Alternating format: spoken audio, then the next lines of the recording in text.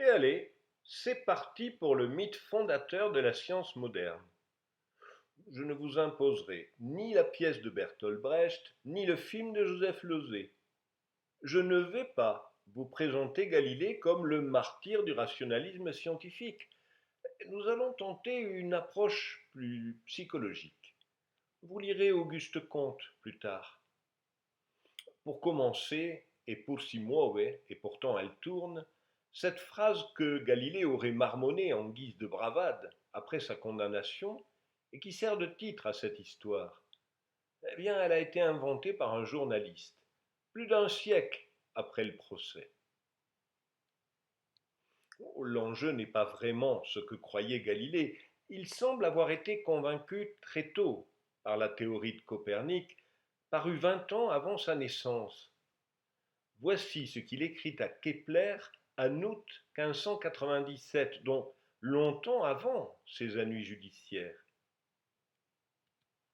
Depuis de longues années, j'ai adopté la théorie de Copernic.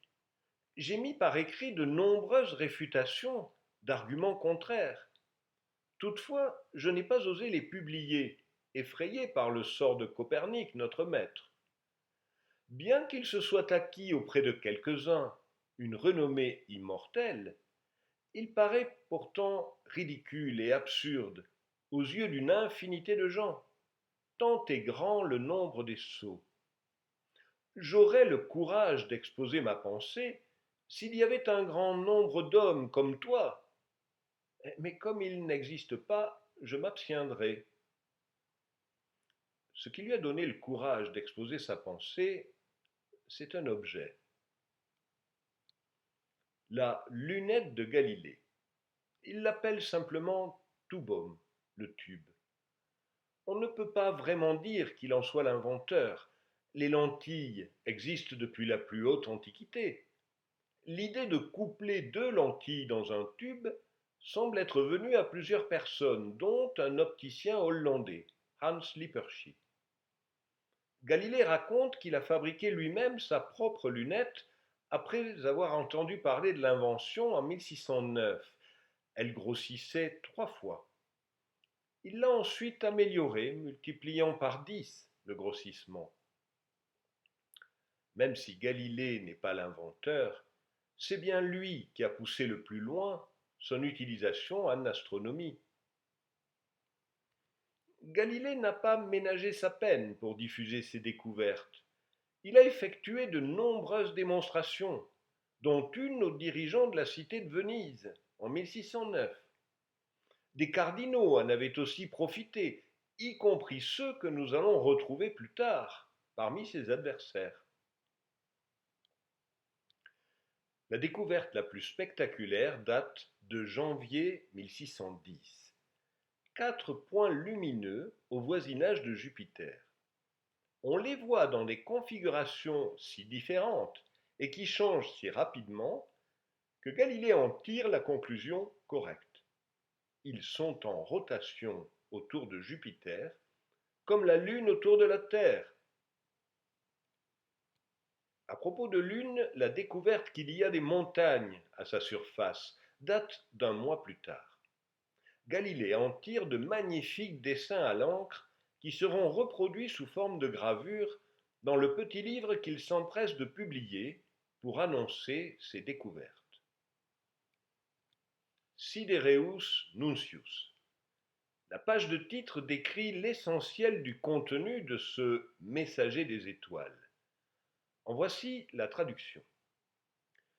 Le messager céleste, déployant des spectacles extraordinaires et admirables et proposant des choses à contempler à chacun, mais surtout aux philosophes et aux astronomes, par Galileo Galilei, noble florentin, mathématicien public du collège de Padoue, qui par le biais d'une lunette récemment inventée par lui, a observé la face de la Lune, les innombrables étoiles fixes, la Voie lactée et les étoiles nébuleuses, mais avant tout, il a observé 4 planètes qui tournent autour de Jupiter avec des intervalles et des périodes différentes à une vitesse remarquable.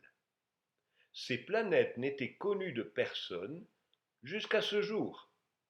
L'auteur les découvrit le premier récemment et décida de les nommer astres médicéens. Ces astres sont médicéens en l'honneur de la famille de Médicis, qui règne à Florence et qui emploie Galilée. En 1610, le duc de Toscane est Cosme II de Médicis, et le livre lui est dédié.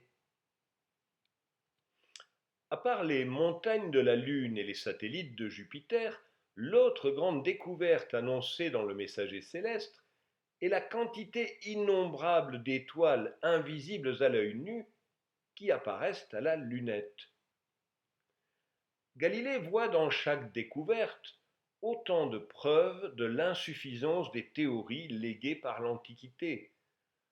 Contrairement à ce qu'a affirmé Aristote, la Lune ne peut pas être une sphère parfaite, puisqu'on y voit des montagnes. Et le catalogue d'étoiles de Ptolémée, même complété par les Arabes, ne montre qu'une toute petite partie de la réalité. Pour Galilée, ce sont autant d'indices qui s'accumulent en faveur de la théorie de Copernic, que Kepler vient de compléter en 1609 par son astronomie nouvelle. Il l'exprime avec beaucoup d'enthousiasme et assez peu de prudence. Écoutez par exemple la conclusion qu'il tire de sa découverte des satellites de Jupiter. En outre, nous tenons un argument excellent et lumineux pour ôter tout scrupule à ceux qui, tout en acceptant tranquillement la révolution des planètes autour du Soleil dans le système copernicien, sont tellement perturbés par le tour que fait la seule Lune autour de la Terre, qu'ils jugent que cette organisation du monde doit être rejetée comme une impossibilité. Maintenant, en effet, notre perception nous offre 4 étoiles errantes, tournant autour de Jupiter, comme la Lune le fait autour de la Terre, tandis que toutes poursuivent ensemble, avec Jupiter, en l'espace de 12 ans, un grand orbe autour du Soleil. D'autant qu'aux découvertes du messager céleste s'ajoute bientôt celle des taches solaires. Il n'est peut-être pas le premier à les avoir observées, mais lui tire de ses observations la conclusion correcte. Le Soleil tourne sur lui-même. Mais alors, si le Soleil tourne sur lui-même, il en est forcément de même de la Terre, et Copernic a raison. Galilée n'est pas le seul à utiliser une lunette astronomique. Il y a aussi ce jésuite, Christoph Scheiner, qui pense avoir priorité sur la découverte des taches solaires. Il ne tire pas de ses observations les mêmes conclusions que Galilée en faveur du système copernicien, et il sera un adversaire acharné de Galilée au sein de l'Église. D'autres que des religieux commencent aussi à s'émouvoir. Christine de Lorraine est la mère de Cosme II et deviendra bientôt la régente du duché de Toscane. En 1613, elle avait eu une conversation avec 2 professeurs de Pise à propos des problèmes religieux soulevés par les découvertes de Galilée.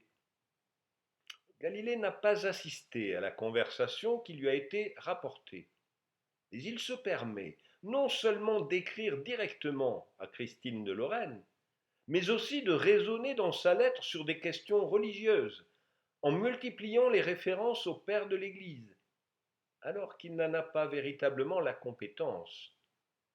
De plus, le ton de la lettre est souvent arrogant. Jugez plutôt.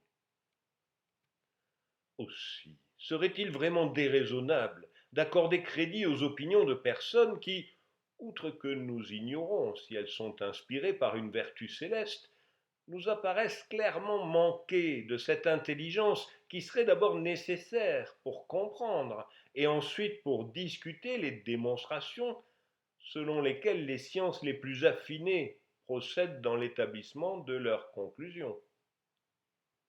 Et plus loin, il serait sans doute plus convenable à la dignité des saintes lettres de ne pas tolérer que les plus superficiels et les plus ignares des écrivains les compromettent, en parsemant leurs écrits de citations interprétées ou plutôt tirées dans des sens éloignés de la droite intention de l'écriture, sans autre but que l'ostentation d'un vain ornement. En 1615, Galilée passe plusieurs mois à Rome, afin d'y défendre sa cause et celle du système copernicien. Écoutez ce que l'ambassadeur du duc de Toscane rapporte à son maître. Galilée a fait ici plus de cas de son opinion que de celle de ses amis. Le cardinal Delmonte et moi, nous sommes joints à plusieurs cardinaux du Saint-Office pour l'engager à se tranquilliser et à ne pas irriter cette affaire, lui remontrant que s'il voulait tenir cette opinion, il fallait qu'il le fît paisiblement, sans déployer tant d'efforts pour amener et tirer les autres à s'y rendre. Parce que chacun de nous craint que sa présence ici ne lui soit dangereuse et dommageable, de sorte qu'au lieu d'y être venu pour se défendre et triompher de ses ennemis, il n'y reçoive quelque affront. L'ambassadeur voyait juste. Le personnage clé est ce cardinal, Roberto Bellarmino, membre du Saint-Office, c'est-à-dire de l'Inquisition. Il a la confiance du pape Paul V. Il a été témoin des découvertes de Galilée et les a faites vérifier. Il sait donc que ce qu'avance Galilée est scientifiquement exact. Il exprime très clairement ce qu'il souhaite. Il me semble que Galilée agirait prudemment en se contentant de parler hypothétiquement et non de façon absolue, comme j'ai toujours cru que Copernic avait parlé. Car dire qu'en supposant que la Terre se meut et que le Soleil est immobile, on sauve toutes les apparences mieux qu'en posant les excentriques et les épicycles, est parfaitement dit et ne présente aucun danger, et cela suffit à l'astronome. En d'autres termes, les saintes écritures restent la seule source de vérité, mais il n'est pas interdit de faire des hypothèses mathématiques, si elles conduisent à des résultats plus conformes aux observations. Il suffit de ne pas les présenter comme la réalité. C'est la position raisonnable, adoptée par les protestants 50 ans auparavant, et qui a permis la diffusion de la théorie copernicienne dans les universités allemandes. Mais c'est beaucoup trop demander à Galilée. Alors, au nom du pape Paul V, on lui interdit d'enseigner la théorie de Copernic. Et pour faire bonne mesure, le livre de Copernic est mis à l'index avec deux autres livres qui prônaient la mobilité de la Terre. Mais, contrairement au bruit qui circule alors, Galilée lui-même n'a pas été condamné par l'Inquisition. Bellarmino accepte même d'en attester en mai 1616. Tant que Paul V est au pouvoir, la situation ne peut pas évoluer, et Galilée ronge son frein. Les conditions changent avec l'élection d'Urbain VIII à la papauté. Il a fait partie de ces cardinaux à qui Galilée faisait découvrir l'astronomie par sa lunette. Il en a gardé une grande admiration pour le maître, à qui il a même dédié un poème. Galilée se dit que la partie est gagnée. Quelques mois après l'élection d'Urbain VIII, paraît Il Saggiatore, l'essayeur, qui lui est dédié. Dès les premières phrases, le ton est polémique. Je n'ai jamais compris pourquoi tout ce que j'ai publié afin de plaire aux autres ou de les servir a suscité chez beaucoup une certaine animosité à dénigrer, plagier ou mépriser le peu de mérite que je pensais avoir gagné, sinon par mon travail, au moins par ses intentions. Dans mon messager céleste étaient révélées de nombreuses découvertes nouvelles et merveilleuses, qui auraient gratifié tous les amoureux de la science véritable. Pourtant, il était à peine imprimé que des hommes ont surgi de partout, envieux des louanges dédiées aux découvertes qui y étaient révélées. Quelques-uns, simplement pour contredire ce que j'avais dit, n'eurent pas de scrupule à jeter le doute sur des choses qu'ils avaient vues de leurs propres yeux, encore et encore. S'il évite soigneusement d'exposer la théorie de Copernic comme véritable, Galilée ne fait pas mystère de sa philosophie. Cela donne le passage qui suit, peut-être le plus célèbre manifeste rationaliste de l'histoire. La philosophie est écrite dans cet immense livre qui est en permanence ouvert devant nos yeux, je veux dire l'univers. Mais il ne peut se comprendre si on n'a pas fait l'effort d'en apprendre la langue et de connaître les caractères dans lesquels il est écrit. Il est écrit en langue mathématique, et ces caractères sont des triangles, des cercles et autres figures géométriques, sans le moyen desquels il est impossible humainement d'en comprendre un mot, sans lesquels on errerait vainement dans un obscur labyrinthe. Dans la discussion avec le nouveau pape, Galilée voit une opportunité à saisir. Urbain VIII l'autorise à publier un livre sur les systèmes du monde, à condition qu'ils soient présentés objectivement comme autant d'hypothèses. Il n'est pas question pour Urbain VIII de contredire le jugement de Paul V, car ce serait remettre en cause le dogme de l'infaillibilité pontificale. Alors, Galilée publie ce livre, qu'il dédie au nouveau duc de Toscane Ferdinand II, le fils de Cosme II. Dialogue sur les deux plus grands systèmes du monde, ceux de Ptolémée et Copernic. Il a obtenu de Rome l'autorisation d'imprimer en ne montrant qu'une petite partie du livre. Ce livre est présenté sous forme de discussion entre trois personnages. Salviati est le porte-parole de Copernic, Sagredo est le témoin objectif, et Simplicius est le tenant de Ptolémée et Aristote, donc le représentant de l'Église. Le choix du nom Simplicius est déjà une provocation. Galilée jure ses grands dieux qu'il a choisi Simplicius en l'honneur d'un philosophe de l'Antiquité. L'hypocrisie ne trompe personne. Et en fait d'hypocrisie, écoutez les premières phrases. Il y a quelques années, un édit salutaire a été promulgué à Rome, afin de contrer les scandales dangereux de notre temps. Il a imposé un silence opportun à l'opinion pythagoricienne de la mobilité de la Terre. Certains ont affirmé avec impudence que ce décret tirait sa source non d'une enquête judicieuse, mais d'une passion peu informée. On entendit des plaintes, comme quoi des conseillers totalement incompétents en observations astronomiques ne devraient pas rogner les ailes des intellectuels au moyen de prohibitions irréfléchies. Devant tant d'insolence géniarde, mon zèle ne pouvait se contenir. Ben voyons, au lieu de l'impartialité exigée par le pape, voici ce qu'on lit un peu plus loin. À cet effet, j'ai choisi le côté de Copernic dans le discours, l'utilisant comme pure hypothèse mathématique et cherchant par tous les moyens de le présenter comme supérieur à supposer la Terre immobile, non pas bien sûr dans l'absolu, mais pour contrer les arguments de quelques péripatéticiens avoués.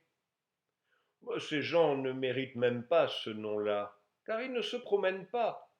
Ils se contentent d'adorer des ombres, en philosophant non pas avec la circonspection requise, mais simplement en ayant mémorisé 4 principes mal compris. Et ce n'est pas tout.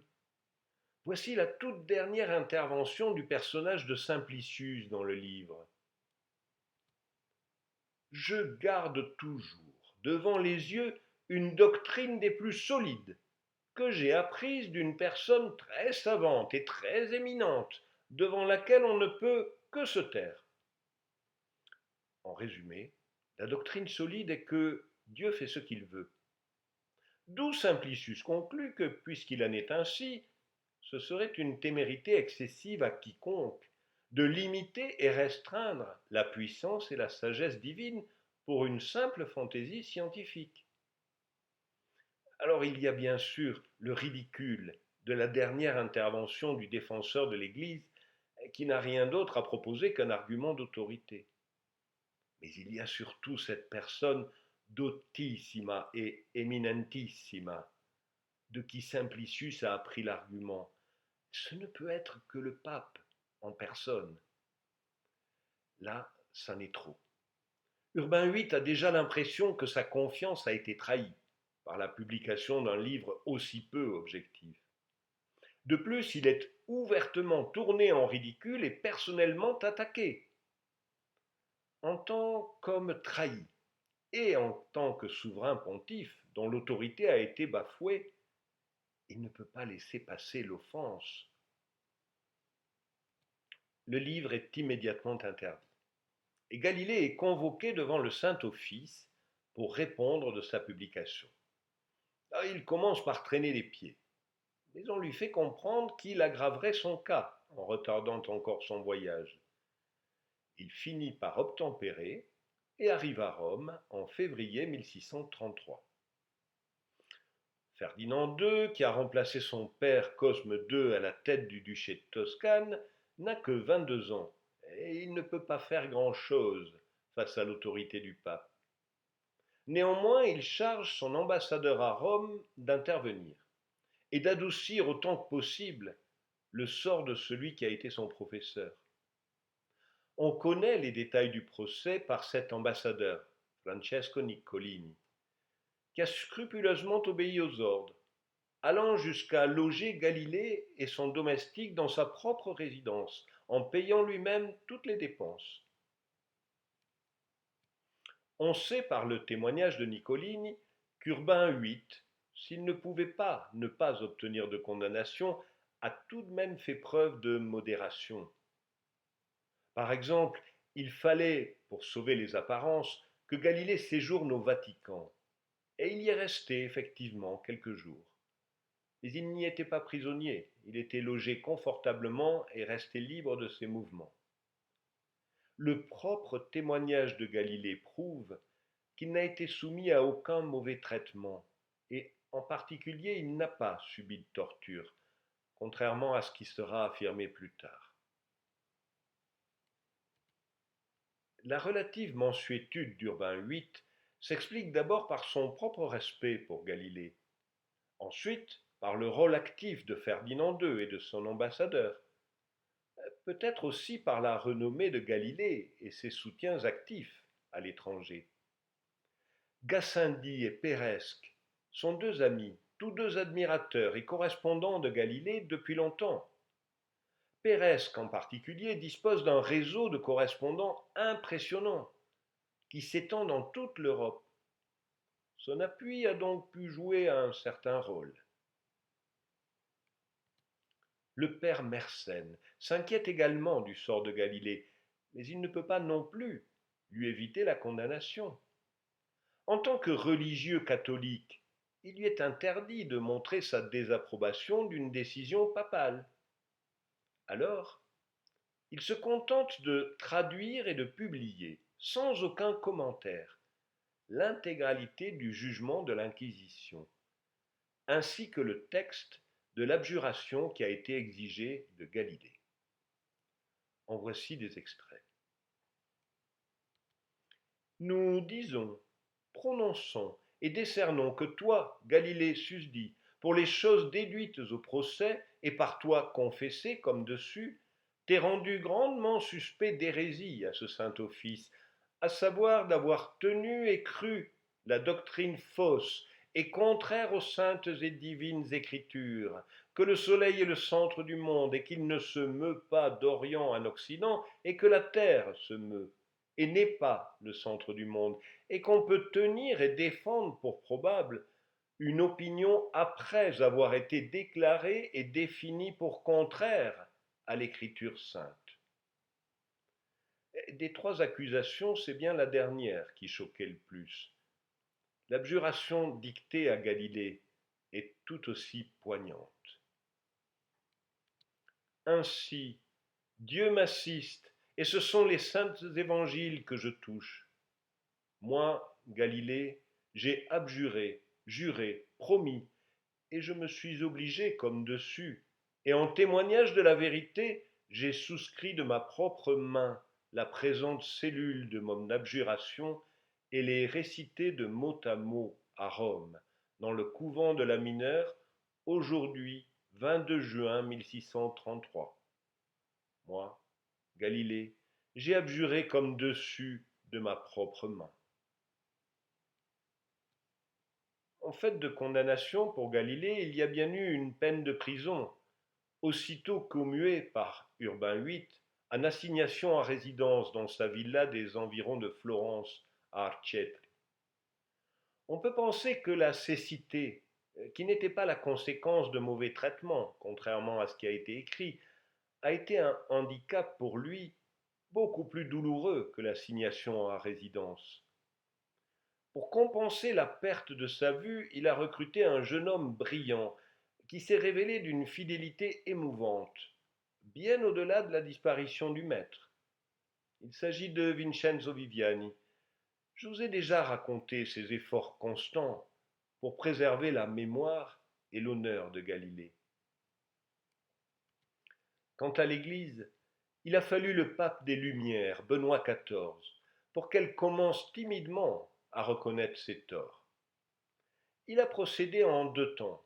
En 1741, il accorde l'imprimatur aux œuvres complètes de Galilée. Puis en 1757, les livres favorables à l'héliocentrisme sont retirés de l'index, dont le De Revolutionibus Orbium Celestium de Copernic, ainsi que le dialogue qui avait valu à Galilée sa condamnation. Pour conclure, je vous propose de laisser la parole à Voltaire. Comme vous le savez, ni la nuance ni la vérité historique ne sont vraiment sa spécialité. Mais sa mauvaise foi sera beaucoup plus drôle que ma traditionnelle et non moins piteuse vanne de fin. Il s'agit de l'article autorité dans le dictionnaire philosophique. On vous a parlé 100 fois de l'insolente absurdité avec laquelle vous condamnâtes Galilée, et moi, je vous en parle pour la 101e, et je veux que vous en fassiez à jamais l'anniversaire.